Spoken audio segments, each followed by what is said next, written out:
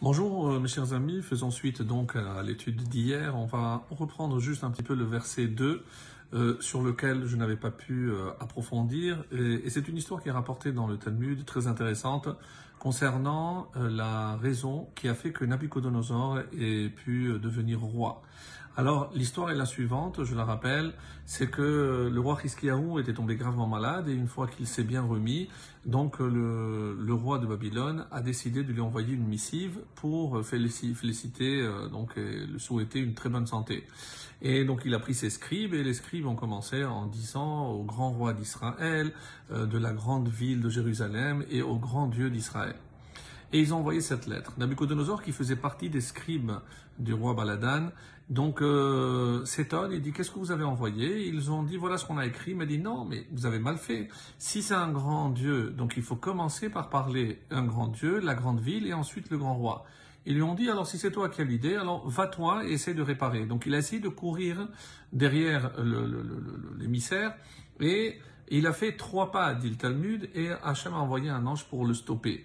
Et on dit pour le mérite de ces 3 pas, donc il a accédé à la royauté. Et donc c'est pour ça qu'un Aeved Maskil, donc Ubetor Achim Yachalok Nachala, il a eu une part d'héritage, laquelle c'est qu'il est devenu roi, alors qu'il n'était pas du tout de lignée royale.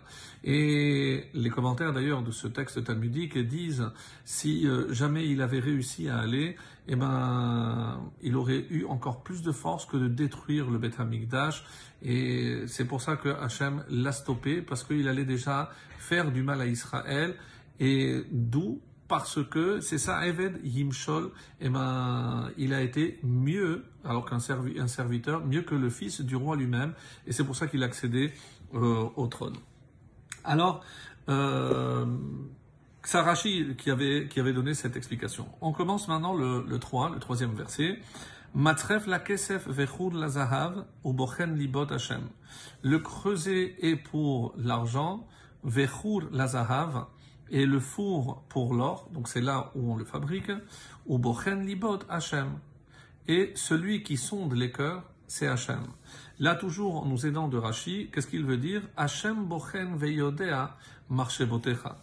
Donc, quand tu vois comment l'or se forme ou l'argent se forme, c'est quelque chose qui est visible. Mais les pensées de l'homme qui sont cachées, puisque c'est la seule partie qui est impossible à atteindre pour un autre être humain, mais Hachem, il est bochen libot Hachem. Et ici, le lèvre, évidemment, c'est le siège de la pensée, et non pas la tête. Et c'est pour ça qu'on dit que, attention, tu peux faire tout ce que tu veux en apparence, mais Hachem connaît tes véritables intentions.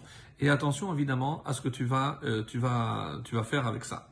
Et donc par exemple, et c'est comme ça que c'est de quoi parle ce texte. Hamvakshim leheraot hasidim be'ene habriot. Ils font semblant d'être des chassidim, des gens extrêmement pieux devant les hommes. Vehamehadderim be mitzvot, ils peuvent être vraiment très scrupuleux dans l'accomplissement des mitzvot. Sheben adam lamakom, mais quel mitzvot? Ce qui le concerne entre lui et Dieu. Ou mezalzelim be mitzvot sheben adam machavero.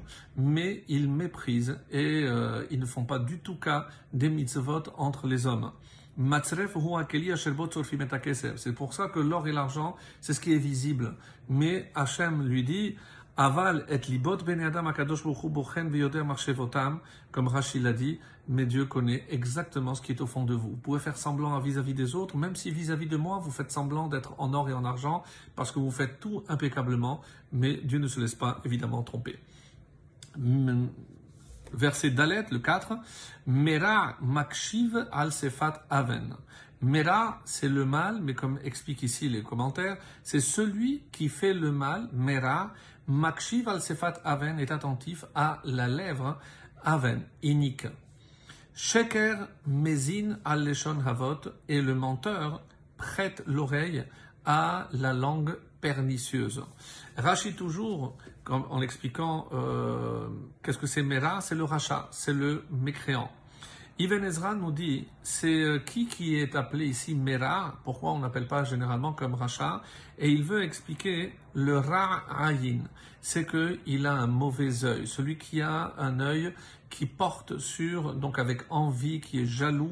Et c'est pour ça qu'on a la première partie qui parle de l'œil, donc mal voir les choses. Et le deuxième parle de l'oreille, donc entendre des choses qu'on n'aurait pas dû entendre. Et c'est pour ça qu'il dit que c'est une allusion ici à la rechilut, au colportage. Donc on est bien, et c'est comme ça qu'on dit, Sheker Mezin El Lachon, le menteur prête l'oreille à une langue pernicieuse au Lachonara parce qu'il aime donc se répète de ce qu'on va raconter sur les autres. Le Malbim dit Mera qui écoute c'est ta'avot. C'est qu'est-ce que c'est un homme ici Mera qui écoute ses pulsions, ses passions. Et à quoi ça fait allusion? On dit c'est le Etz Hadarat Tov Hara, l'arbre de la connaissance du bien et du mal. Si je le suis en bien, donc évidemment c'est le bien, sinon c'est l'inverse.